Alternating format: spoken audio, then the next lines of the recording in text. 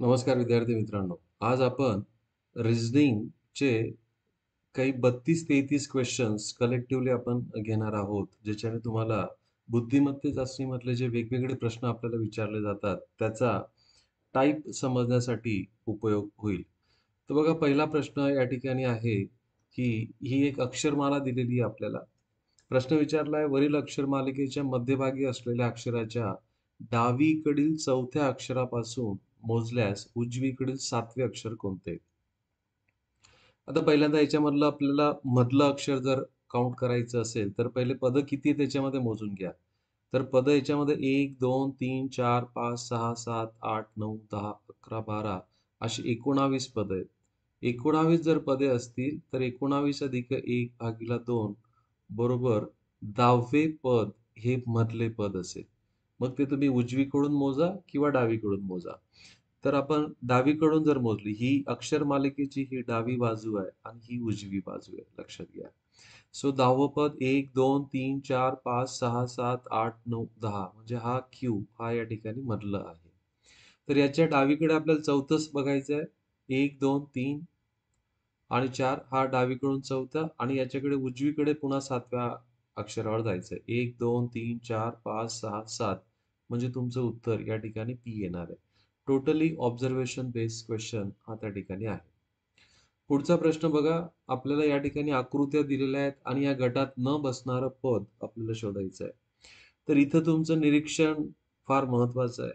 दिसताना सर्वच छत्र्या सारख्या दिसतायत. अजून बघा तुम्ही, तर ह्या छत्र्या 90 अंशामध्ये घड्याळीच्या काट्याच्या दिशेने फिरताना तुम्हाला दिसतायत. 90 अंशामध्ये फिरतायत. ओके. इथं पण ही 90 अंशातच फिरलेली आहे.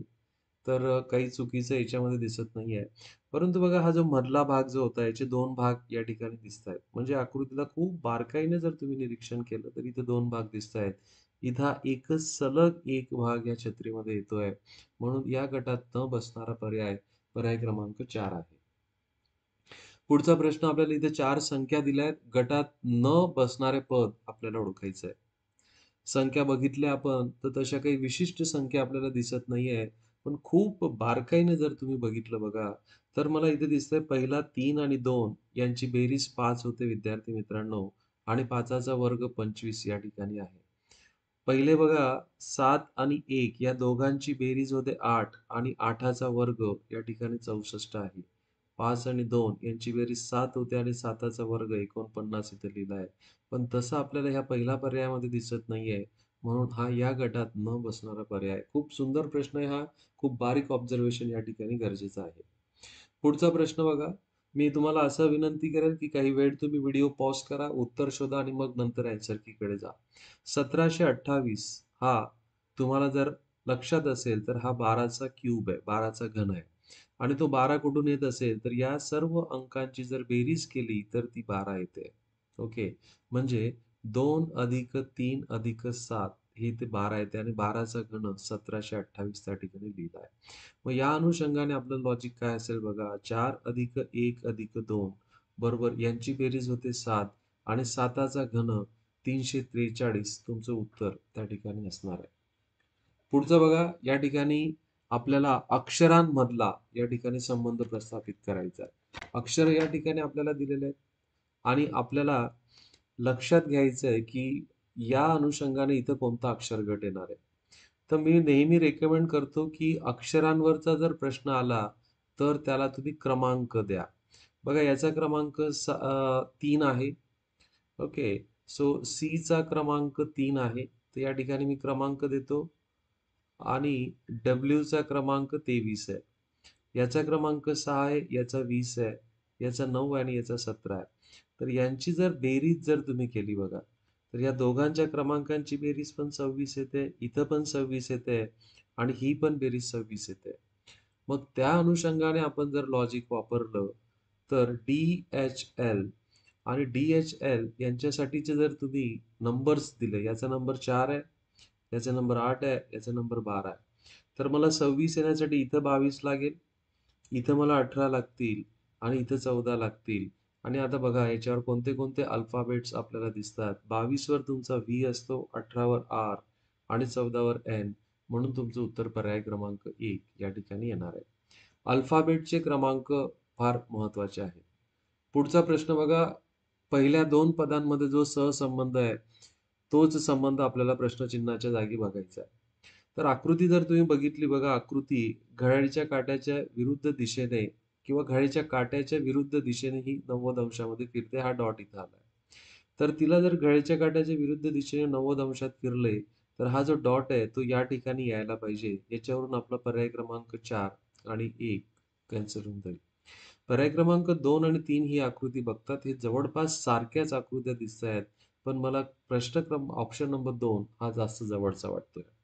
पुढचा प्रश्न बघा, या मालिकेत प्रश्नचिन्हाच्या जागी काय येईल?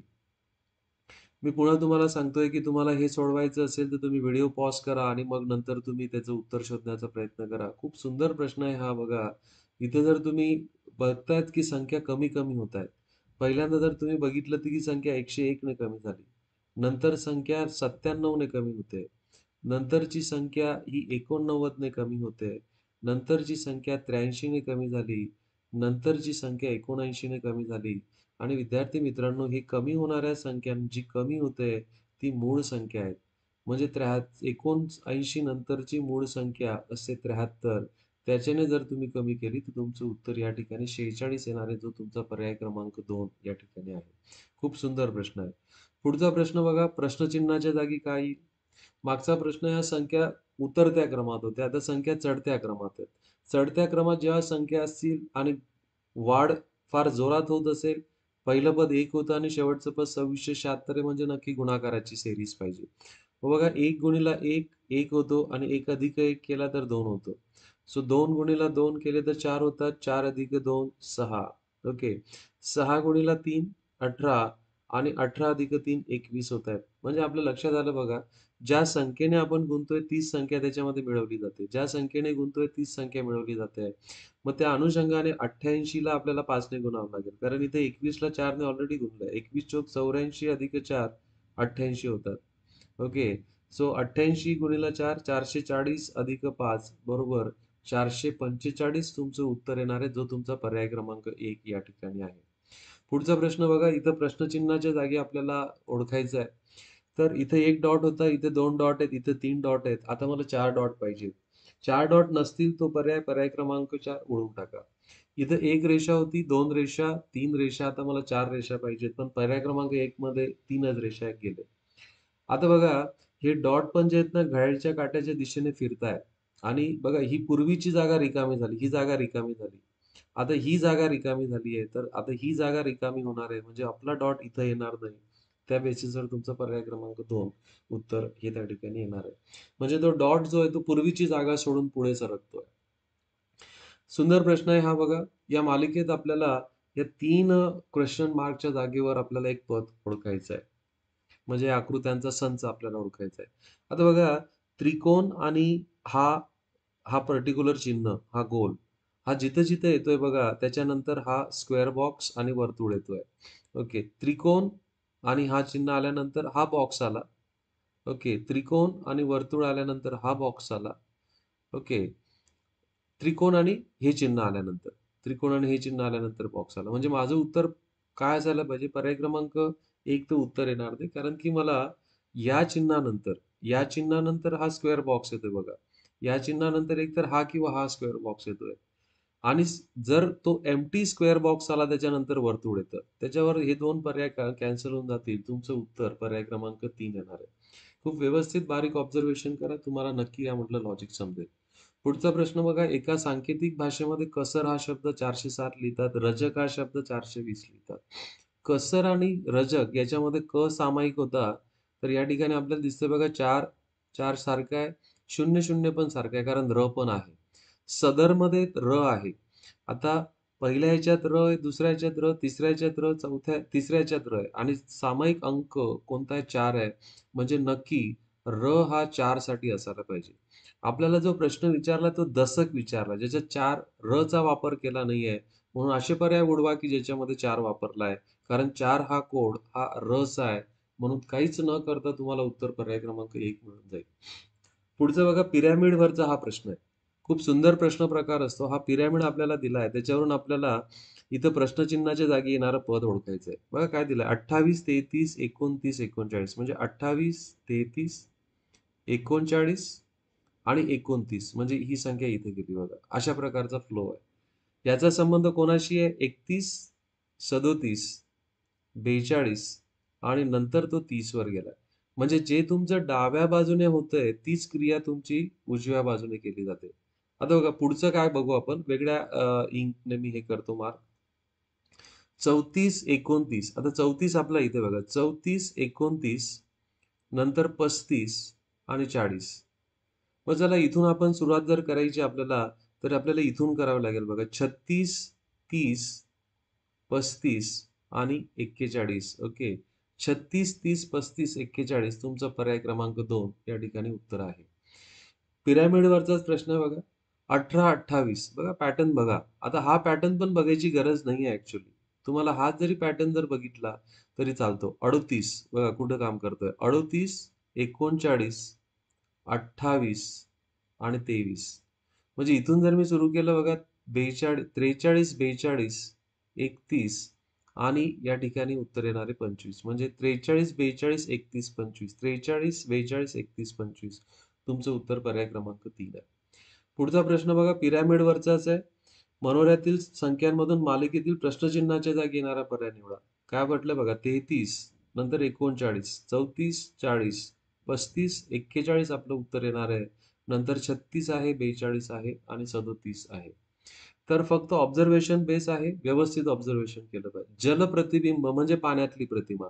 पाण्यातल्या प्रतिमेमध्ये वरची बाजू ही खालच्या बाजूला जाणार आहे आणि खालची बाजू वरती येणार आहे. तर हा तर आपला पर्याय क्रमांक 1 होणारच नाही. पर्याय क्रमांक 2 पण होणार नाही. पर्याय क्रमांक 3 होतोय का बघा. आता हा जो डॉट होता तो उजवीकडे होता तो उजवीकडेच राहील. पाण्याच्या प्रतिमेमध्ये उजवीकडची गोष्ट उजवीकडेच असते आणि डावीकडची गोष्ट डावीकडेच असते. म्हणून पर्याय क्रमांक 4 पण येणार नाही. उत्तर तुमचं पर्याय क्रमांक 3 आहे. पुढचा प्रश्न बघा. आरशातली प्रतिमा आहे. आरशातल्या प्रतिमेमध्ये डावीकडची वस्तू उजवीकडे आणि उजवीकडची वस्तू डावीकडे जाते. आता बघा आणि पुन्हा त्यांची प्रतिमा बदलते. हे अक्षरांची प्रतिमा बदलणार आहे. हा जो भाग तुमचा डावीकडे होता तो उजवीकडे यायला पाहिजे. ओके. म्हणजे तुमचं उत्तर हे येणार नाही. ओके. आणि तुमचं उत्तर पर्याय क्रमांक 3 देखील येणार नाही. तुमचं उत्तर आलं तर पर्याय क्रमांक हा 4 उत्तर त्या ठिकाणी यायला पाहिजे. ओके. जो भाग तुमचा डावीकडे होता तो उजवीकडे चालला जाणार आहे. म्हणजे हा भाग इथे येणार आहे. ओके. सो मोस्ट प्रोबॅबली तुमचं आणि हा जो भाग उजवीकडे होता तो डावीकडे जाणार आहे. सो या ठिकाणी पर्याय क्रमांक 4 आणि पर्याय क्रमांक हां, पर्याय क्रमांक 2 तर येणार नाही. पर्याय क्रमांक 2 तुमचं उत्तर डेफिनेटली येत नाही. कारण खालचा भाग वरती जातोय आणि वरचा भाग खाली जातोय. तसं काही होणार नाही. एक तर तुमचा पर्याय क्रमांक 4 आणि पर्याय क्रमांक 3 त्या ठिकाणी येणार आहे. ओके. तर त्याच्यातला बेस्ट अप्रोप्रिएट पर्याय क्रमांक 1 आहे. पुढचं बघा 425 याची आरशातली प्रतिमा आपल्याला बघायची. डावीकडचा भाग उजवीकडे, उजवीकडचा भाग डावीकडे. म्हणजे हा 4 आपल्याला असा या ठिकाणी दिसणार आहे. तर असा आपल्याला दिसतोय तो 4 फक्त पर्याय क्रमांक 2 आणि 4 मध्ये. ओके. आता याच्यामधला हा जो 5 आहे, जो वरचा भाग आहे. ओके. तो इकडे जाणार आहे. सो तुमचं उत्तर पर्याय क्रमांक 2 त्या ठिकाणी येईल. आता बघा पुढचं वयवारीवरचा प्रश्न आहे. अजयचे वय रमेशच्या वयाच्या 3/2 पटीपेक्षा 3 ने कमी असून धोंडिबांच्या वयाच्या 4/7 पटपेक्षा 2 ने जास्त आहे. धोंडिबांचं वय त्या ठिकाणी 70 आहे. ओके.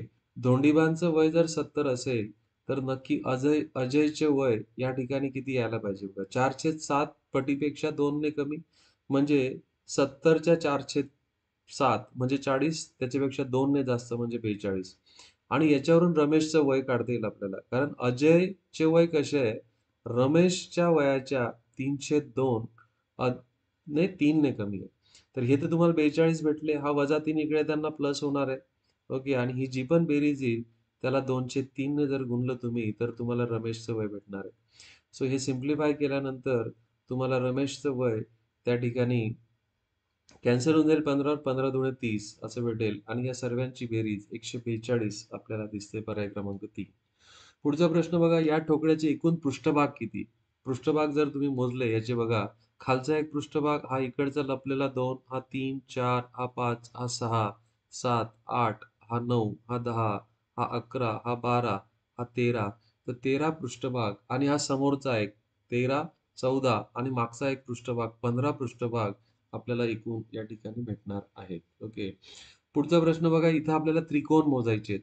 त्रिकोण मोजताना मी तुम्हाला असं रेकमेंड करेल, आकृतीचे पहिल्यांदा 2 भाग करून घ्या. इथं बघा 1, 2, 3 असा नंबर दिला, तर इथं त्रिकोणांची संख्या सर्वात मोठी संख्या 3, 3 गुणिले 4 भागीला 2. सो 4 त्रिक 12 भागीला 2 म्हणजे 6. इथं 6 त्रिकोण येतील वरच्या भागात. दुसरे त्रिकोण मोजू बघा, हा सेपरेट 1, हा 2, हा 3, हा 4 जे सरळ-सरळ दिसतायत. सो 6 अधिक 4 हे किती झाले 10.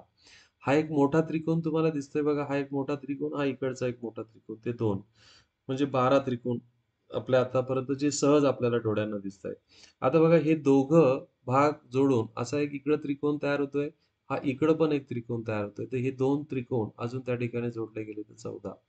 ओके. आणि नंतर हे सर्व भाग जोडून आपल्याला या ठिकाणी असा एक त्रिकोण इथे तयार होताना दिसतोय. म्हणजे अजून एक त्रिकोण आपल्याला त्याच्यात जोडावा लागेल. तर तुमचं उत्तर या ठिकाणी 15 येणार आहे. पुढचा प्रश्न बघा, हा खूप सुंदर प्रश्न आहे. संख्यांची मांडणी करून अचूक पर्याय निवडायला सांगितलाय. 9 गुणिले 4 17 दिलंय. 7 गुणिले 2 41, 10 गुणिले 3 73. तर या ठिकाणी काय केलं जातं बघा, पहिल्या संख्येचा वर्ग वजा दुसऱ्या संख्येचा घन. 9चा वर्ग 81 वजा 64 4चा घन बरोबर 17. नंतर इथं बघा 7चा वर्ग 49 वजा 2चा घन 8 बरोबर 41. 10चा वर्ग 100 वजा 3चा घन 27 बरोबर 73. तर त्याचप्रमाणे 8चा वर्ग 64 वजा 1चा घन 1 म्हणजे उत्तर तुमचं 63 त्या ठिकाणी येणार आहे. खूप सुंदर प्रश्न आहे. पुढचा बघा, हा प्रश्न तुम्हाला प्रश्नचिन्हाच्या जागी कोणती संख्या येईल ते ओळखायचं आहे. तर आपण जर बघितलं 4 गुणिले 2 यांचा गुणाकार करा. 4 दुने 8 अधिक 7 5 12. म्हणजे इथं जे उभे संकेत आडवे आहेत त्यांचा गुणाकार करायचा, उभ्यांची बेरीज करायची. या दोघांची बेरीज मध्ये लिहिली बघा. 7 त्रिक 21 आणि दोघांची बेरीज 6 इथे लिहिलेली आहे. 5 त्रिक 15, 6 आणि 1 7, 22 इथे लिहिलंय. सो 8 दुने 16 आणि 7 आणि 9 16, 16 आणि 16 32 अशा प्रकारे. ओके. आता ह्याच्यातलं बघा पार्ट 2 ऑलरेडी काही क्वेश्चन्स आपण डिस्कस केले मागच्या पार्टमध्ये. आता हा पार्ट 2 आहे बघा. गोविंद एका रांगेमध्ये शेवटून 17व्या स्थानावर आहे आणि मध्यभागी गोपाळ गोपाळ मध्यभागी 23व्या स्थानावर आहे. आता बघा गोपाळ जर मध्यभागी 23व्या स्थानावर जर असेल गोपाळ, तर लक्षात घ्या त्या रांगेमध्ये गोपाळच्या डावीकडे इथं 22 असतील आणि इकडे किती असतील 22 विद्यार्थी असतील. 22 विद्यार्थी असतील कारण तो मध्यभागी आहे. आणि रांगेत गोविंद शेवटून 7व्या क्रमांकावर आहे. शेवटून 7व्या क्रमांकावर आहे. बघा आता इकडून हा 23व्या क्रमांकावर आहे. ओके. आणि हा इकडून 7व्या क्रमांकावर आहे. ओके. तर आपल्याला विचारलं की यांच्यामध्ये किती विद्यार्थी होते. आता गोपाळच्या पुढे 22 होते त्याच्यामधले 7 विद्यार्थी गेले कारण तिथपर्यंत गोविंद आहे. तर म्हणजे 22 मधून 7 गेल्यानंतर उरतील 15 म्हणजे तुमचं उत्तर पर्याय क्रमांक 2 या ठिकाणी येणार आहे. दिशा ज्ञानावरचा प्रश्न आहे. मी पुन्हा एकदा सांगतो, की तुम्ही याला पॉज करा व्हिडिओ, डायग्राम काढा आणि मग नंतर उत्तर शोधा. चला तर मग. स्वराज पूर्वेकडे काही अंतर गेल्यानंतर काटकोनात डावीकडे वळला. ओके. समजा हा त्याचा सुरुवातीचा बिंदू आहे. पूर्वेकडे गेला तो आणि काटकोनात डावीकडे वळला. डावीकडे वळून तो 50 मीटर अंतर चाललाय. तो सुरुवातीला किती अंतर चालला आपल्याला माहिती नाही. एक्स अंतर चाललाय तो. ओके. तिथून तो 135 अंशात उजवीकडे वळाला. उजवीकडे म्हणजे घड्याळीच्या काट्याच्या दिशेने. आता बघा इथं वळाला असता तर 90 अंश झाला असता. इथं वळाला असता, इथून इथं वळाला असता तर 45, इथं 90. आता तो 135 अंशामध्ये वळला. म्हणजे या दिशेने तो आलाय. ओके. आणि 15 मीटर अंतर चाललाय तो. 15 मीटर अंतर चाललाय. तर थोडंसंच अंतर चालला तो. खूप काही जास्त अंतर चालला नाही. ओके. तर हे 50 आपण या बाजूला लिहून घेऊ. म्हणजे आपल्याला सोयीचं जाईल. हे 50 मीटर तो चालला होता. इथं तो 15 मीटर अंतर चाललाय. ओके. अ, तर त्याच्या डाव्या हाताला आता कोणती दिशा आहे? आता बघा हा जो व्यक्ती इथं उभा आहे, तर त्याचा हा इकडचा उजवा हात आहे आणि इकडचा डावा हात आहे.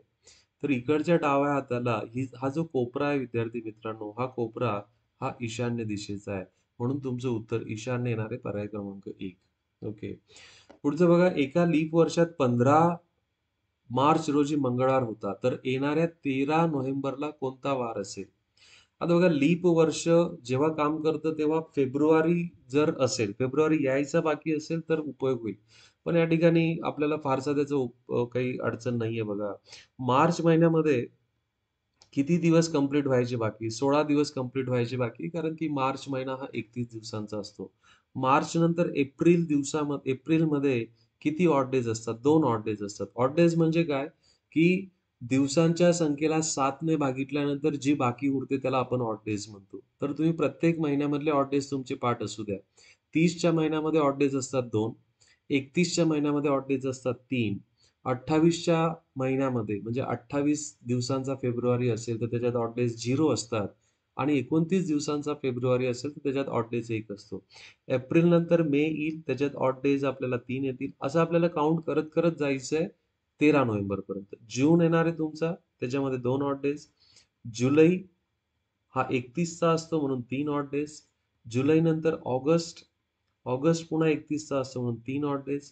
ऑगस्ट नंतर असतो सप्टेंबर 30चा असतो म्हणून 2 ऑड डेज.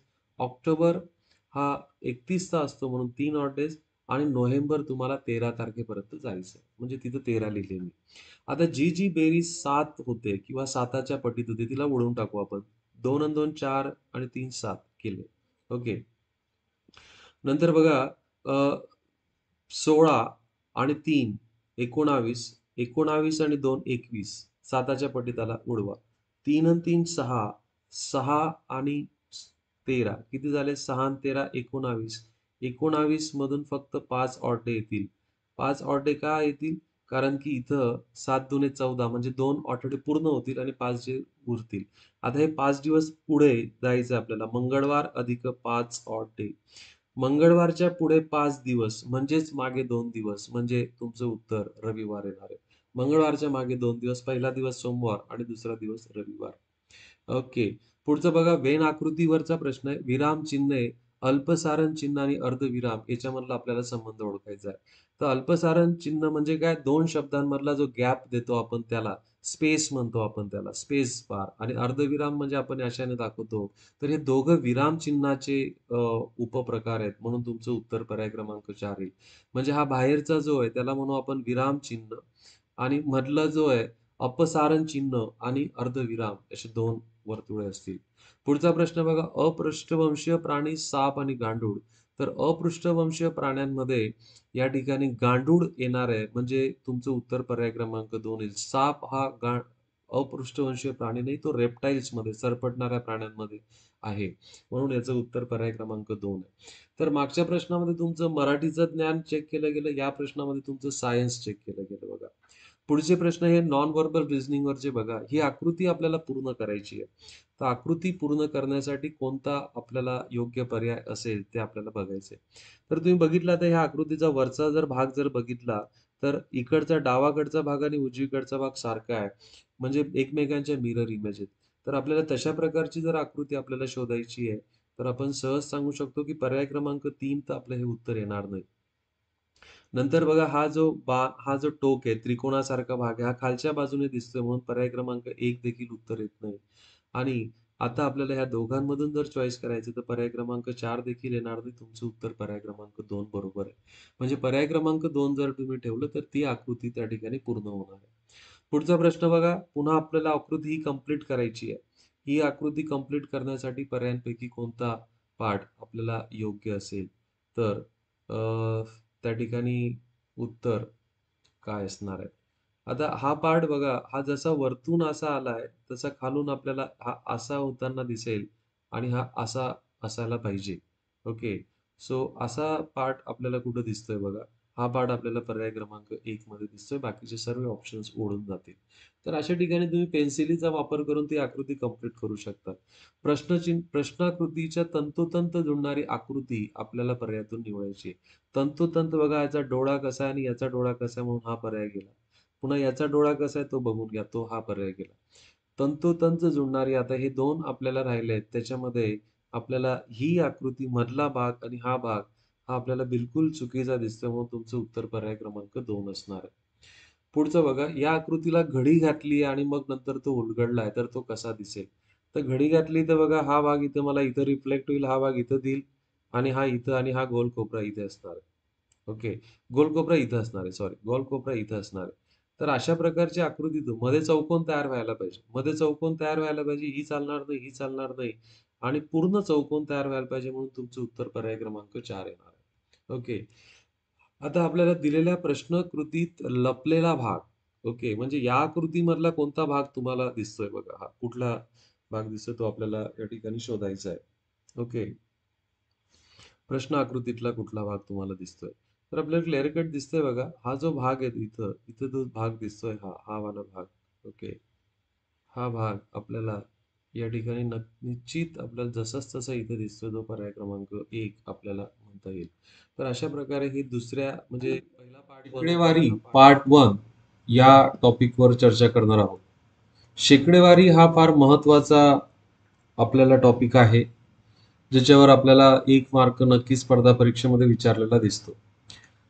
शेकडेवारी याचा अर्थ होतो प्रति शेकडा, प्रत्येक शेकड्यासाठी किंवा आपण म्हणू प्रत्येक शंभरासाठी, प्रत्येक शंभरासाठी.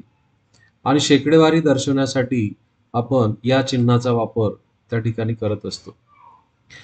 एक महत्वाचा नियम मी यामध्ये आपल्याशी चर्चा करणार आहे आज, की जर एखाद्या उदाहरणामध्ये जर सुरुवातीच्या किमती दिलेल्या नसतील तर त्या 100 मानायच्या आहेत आणि 100 मानून आपण काम करायचं आहे. उदाहरणार्थ मी जर असं म्हटलं की एका वस्तूची किंमत 20% वाढवली, याचा अर्थ असा होतो जर वस्तूची सुरुवातीची किंमत 100 असेल तर ती वाढून 120 होईल. जर मी म्हटलं एखाद्या वस्तूची किंमत 30% कमी झाली, इथे 20% वाढवली होती, मी म्हटलं वस्तूची किंमत 30% कमी झाली, तर त्या केसमध्ये जर सुरुवातीची किंमत 100 मानली तर नंतरची किंमत ही 70 होणार आहे. तर ही बेरीज वजाबाकी आपण साध्या मनातल्या मनात करू शकतो, ज्याच्यासाठी पेपर पेन्सिलची गरज तुम्हाला लागणार नाही. दुसरा महत्वाचा मुद्दा, तुम्हाला कोणत्याही संख्येचे जर 10% काढायचे असले, समजा 420 चे तुम्हाला 10% व्हॅल्यू काढायची असेल तर 420 ची 10% व्हॅल्यू 42 होईल. म्हणजे ज्या संख्येची तुम्हाला 10% व्हॅल्यू काढायची आहे त्याला फक्त तुम्ही 10 ने भागून टाका, तुम्हाला उत्तर भेटून जाईल. समजा मी जर असं म्हटलं 365 ची 10% व्हॅल्यू किती आहे, तर लगेच तुम्हाला याचं उत्तर भेटून जाईल 36.5. जर मी तुम्हाला असं म्हटलं 724 ची 10% व्हॅल्यू किती आहे, तर लगेच तुम्हाला सांगता येईल 724 ची 10% व्हॅल्यू आहे 72.4. आणि याच्यावरून बाकीच्या गोष्टी तुम्हाला करता येतील. समजा आता मी तुम्हाला 420च्या 20% व्हॅल्यू विचारली, तर मनातल्या मनात आपण विचार केला की याच्या 10% व्हॅल्यू 42 आहे, तर 20% व्हॅल्यू 84 होऊन जाईल. जर मी असाच प्रश्न आता असा विचारला की 420 ची 5% व्हॅल्यू किती आहे, तर 420 ची 10% व्हॅल्यू 21 होते, तर 420 ची 10% व्हॅल्यू 42 होते, तर 5% व्हॅल्यू ही 21 होणार आहे. ठीक आहे. तर अशा प्रकारे समजा मी जर तुम्हाला विचारला तर 88 ची 10% व्हॅल्यू किती, तर 88 ची 10% व्हॅल्यू एकदम बरोबर आहे, मनातल्या मनात तुम्ही काढलं 88 काढलं. तर तेच मी जर विचारलं असतं तर 880 ची 5% व्हॅल्यू किती, तर मनातल्या मनात तुमची व्हॅल्यू येणार आहे 44. तर असे काही मेंटल कॅल्क्युलेशन्स आपण सराव आपण शेकडेवारीमध्ये केला पाहिजे. तर एक नियम आपण या ठिकाणी वापरणार आहे आता ह्या पुढच्या प्रश्नांमध्ये. सुरुवातीच्या किमती दिलेल्या नसतील तर सुरुवातीची किंमत ही 100 मानायची आहे. बघा मग करूया बघा. दुकानदार वस्तूची किंमत 40% वाढवतो आणि नंतर 20% कमी करतो. आता दुकानदाराच्या वस्तूची किंमत काय होती आपल्याला माहित नाही, आपण 100 मानू. त्याने ती 40% वाढवली आहे, म्हणजे 100ची वस्तू जर 40% वाढवली तर 100च्या 40% म्हणजे 40 रुपयाने तो वाढवेल, म्हणजे ती 140 झाली. आता 140 ची वस्तू तो 20% कमी करतोय, म्हणजे कमी करते म्हणजे वजा करावं लागेल. 20% कोणाचे? 140च्या. 140च्या 20%. मनातल्या मनात विचार करा, 140च्या 10% होतात 14, 20% व्हॅल्यू होऊन जाईल 28. 28 ने ते कमी केलं तर तुम्हाला 112 भेटणार आहे. म्हणजे सुरुवातीला वस्तूची किंमत 100 रुपये होती, आता त्याला 112 रुपये मिळत आहेत. म्हणजे आपल्याला लगेच सांगता येईल कोणत्याही पद्धतीचा विचार न करता त्याला 12% जास्त रक्कम मिळते, म्हणजे नफा होतोय, म्हणून तुमचं उत्तर आहे पर्याय क्रमांक 4. इतक्या साध्या सोप्या पद्धतीने आपण हे करू शकतो. पुढचा प्रश्न बघा. पुन्हा श्वेताच्या पगारात 50% वाढ झाली आहे, नंतर 50% कपात, तर तिच्या उत्पन्नात निव्वळ बदल काय झाला? श्वेता कुठं काम करते आपल्याला माहित नाही, म्हणून आपण श्वेताचा पगार 100 रुपये मानून घेऊ. 100 रुपये. आता बघा साध्या मनाला आपल्याला काय वाटतंय, 50% वाढ झाली, 50% कपात झाली, काही बदल होणार नाही. बट काही बदल होणार नाही, हे चुकीचं उत्तर आहे. आपल्याला ही नंतरची कपात ही वाढलेल्या रकमेवर करायची आहे. म्हणजे प्रथम 100 रुपये जर श्वेताचा पगार मानला, तो 50%ने वाढला, म्हणजे 50ने ती रक्कम वाढेल, म्हणजे ती 150 झाली. आता 150 रुपयावर ती 50%ची कपात होते. 50% म्हणजे अर्धा, पण 150च्या अर्धा म्हणजे 75. सो आता त्याला 75 रुपये भेटत आहेत. श्वेताला अगोदर 100 रुपये भेटत होते, आता तिला 75 रुपये भेटत आहेत. म्हणजे तिच्या उत्पन्नात झालेली घट ही 25%ची होते. म्हणजे तिचं उत्पन्न 25%नी कमी होते. तुमचा पर्याय क्रमांक 3 येणार आहे. श्वेता कुठेही काम करत असली तरी आपण तिला 100 रुपये पगार मिळतो असं मानलंय. टीव्ही सेटची किंमत 25%ने कमी झाली, परिणामी विक्री 20%ने वाढली. दुकानाच्या एकूण कमाईवर काय परिणाम होईल? टीव्ही सेट कितीला भेटत होता आपल्याला माहिती नाही. आपण पुन्हा मानू टीव्ही सेटची किंमत 100 रुपये आहे. टीव्ही सेटची किंमत 25 रुपयाने कमी झाली आहे. म्हणजे 100तून किंमत 25ने कमी झाली, म्हणजे 75 झाली. त्यामुळे विक्री आता 20%ने वाढली. आता याच्यावर 20% वाढ करा. याच्यावर 20% वाढ. मला सांगा 75च्या 10% होतील 7.5 आणि 20% व्हॅल्यू होईल 15. म्हणजे 15ने वाढली. 15 अधिक 75 म्हणजे 90. पहिल्यांदा 100 रुपये भेटत होते, आता किती रुपये भेटत आहेत? 90 रुपये भेटत आहेत. म्हणजे तरी कमाईमध्ये 10ची घट होते आणि सुरुवातीची किंमत 100 असल्यामुळे 10%चा घट असं आपल्याला त्या ठिकाणी म्हणता येईल. ओके. 75, 75च्या 20% 15, 75 अधिक 15 90. तर या ठिकाणी 10% घट असं आपल्याला या ठिकाणी उत्तर असेल. या ठिकाणी उत्तर 10% घट असेल. आय होप तुम्हाला हा प्रश्न समजला असेल. पुढचा प्रश्न बघा. आयताची लांबी 15%ने वाढवली आणि रुंदी 10%ने कमी केली, तर क्षेत्रफळात निव्वळ टक्के बदल किती आहे? आता बघा सुरुवातीला आपण असं मानू की आयताचं क्षेत्रफळ 100. मग आयताच्या क्षेत्रफळामध्ये लांबी जर 15%ने वाढली तर याच्यात 15%ची वाढ होईल. 100ला 15% म्हणजे 15ची वाढ होईल, 115 झालं. आता रुंदी 10%ने कमी होते, म्हणजे क्षेत्रफळ 10%ने कमी होईल. तर 10%ने कमी, तर याच्या 10% म्हणजे 11.5. 11.5 जर तुम्ही याच्यातून कमी केले तर तुमचं येणार आहे 103.5. 103.5. मग सुरुवातीला आयताचं क्षेत्रफळ 100 होतं, आता ते 103.5 आहे. म्हणजे आयताच्या क्षेत्रफळामध्ये 3.5%ची त्या ठिकाणी वाढ होते. म्हणून तुम्हाला उत्तर पर्याय क्रमांक 2 येणार आहे. बघा सर्वच प्रश्न आपण सुरुवातीची किंमत 100 घेऊन करतोय.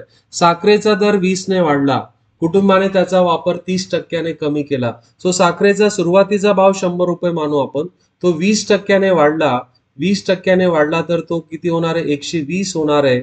आणि त्याचा वापर कुटुंबाने 30%ने कमी केला आहे. तर 120च्या 30% म्हणजे 36. 120च्या 10% 12 होतील आणि 30% म्हणजे तिप्पट 36. आता 36 जर वजा केले तर इथं आपल्याला 84 भेटणार आहे. पहिल्यांदा खर्च 100 रुपये होत होता, आता 84 होतोय. म्हणजे खर्चात झालेला शेकडेवारी टक्केवारीतला बदल ही 16%ची घट होणार आहे. 16%ने कमी. तुमचं उत्तर येणार आहे पर्याय क्रमांक 4. अशा प्रकारे विद्यार्थी मित्रांनो हा प्रश्न प्रकार आहे. याच्यावरचं एक वर्कशीट मी तुम्हाला दिलंय. वर्कशीट सॉल्व्ह करून अजून परफेक्शन आणण्याचा प्रयत्न करा. Thank you very much. Bye bye. Happy learning. नमस्कार विद्यार्थी मित्रांनो. आता आपण शेकडेवारी पार्ट 2 डिस्कस करणार आहोत. शेकडेवारी पार्ट 2 डिस्कस करताना 2-3 गोष्टी महत्वाच्या आहेत. त्या म्हणजे अशा, जर आपल्याला प्रश्न प्रकार असा विचारला असेल बघा, x ही y च्या किती टक्के आहे, किती टक्के आहे, असा ज्या वेळेस शब्दप्रयोग केला असतो त्यावेळेस तुमचं अपेक्षित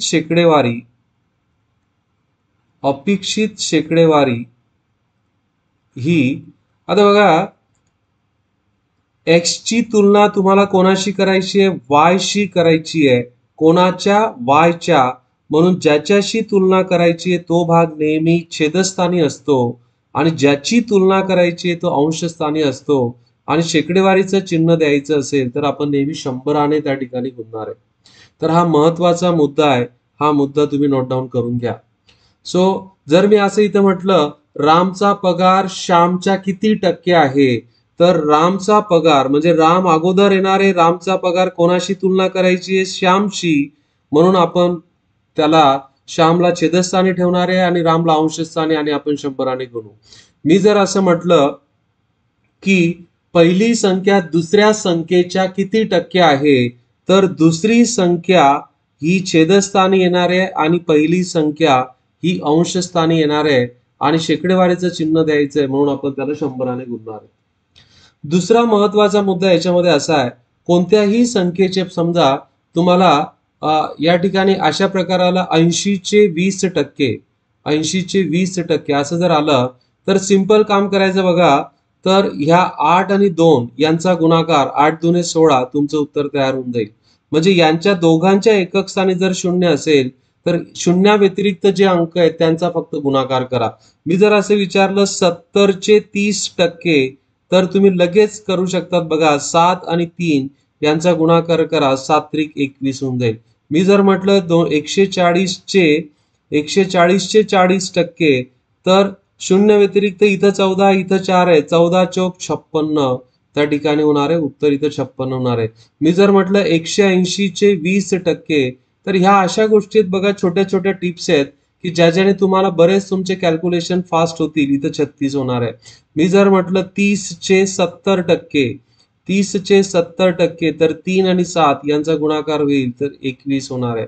60/50%, 60/50% म्हणजेच निम्मे म्हणजे 30. म्हणजे बघा तरी पण 6 × 5 आपल्याला 30 भेटत आहे.